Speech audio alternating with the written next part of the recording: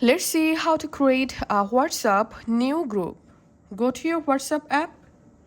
From chats, tap on this new chat option. Select new group.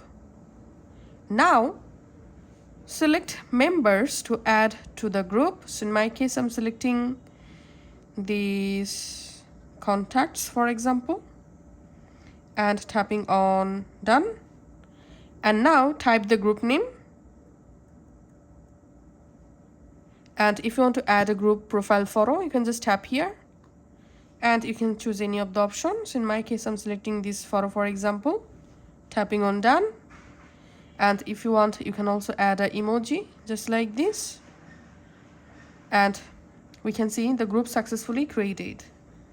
Now go to the group, tap on the group name, and here tap on add, and then you will be able to add new members to the group. And you can also enable disappearing messages in the group. So that's how you can actually do it. Thanks for watching.